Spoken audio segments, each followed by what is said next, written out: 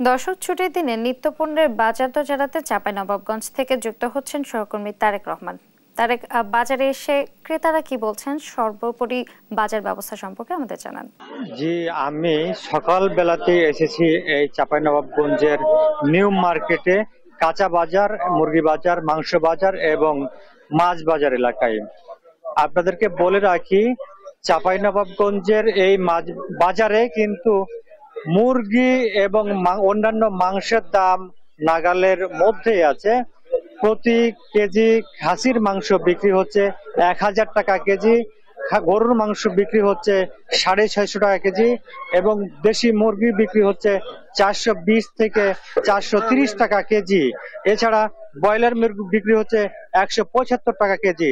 তবে আপনাদেরকে বলে রাখি, এখানে কিন্তু পেঁয়াজের দাম বেড়েছে প্রতি কেজিতে ১০ থেকে ১৫ টাকা এবং রসুনের দাম বেড়েছে কেজিতে ৪ থেকে ৫ টাকা। আপনাদেরকে আরেকটু বলে রাখি যে সবজি বাজারে কিন্তু দাম একবারে নাগালের বাইরে ক্রেতাদের। প্রতিটি ফুলকপি বিক্রি হচ্ছে ১০০ টাকা কেজি।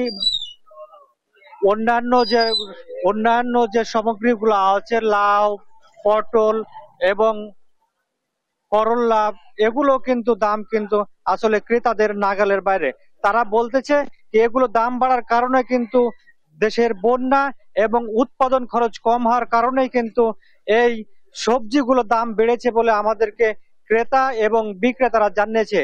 তবে ক্রেতাদের দাবি যে পরিমাণ দামে এই সবজি বিক্রি হচ্ছে সে দাম কিন্তু নাগালের বাইরে আনা উচিত এবং বিক্রেতারা বলছে সরবরাহ কম থাকার কারণে কিন্তু এই সবজির দাম বেড়েছে। তবে মাছ ব্যবসায়ীরা আমাদেরকে জানিয়েছেন মোটামুটি মাছ কিন্তু ক্রেতাদের নাগালের মধ্যে আছে।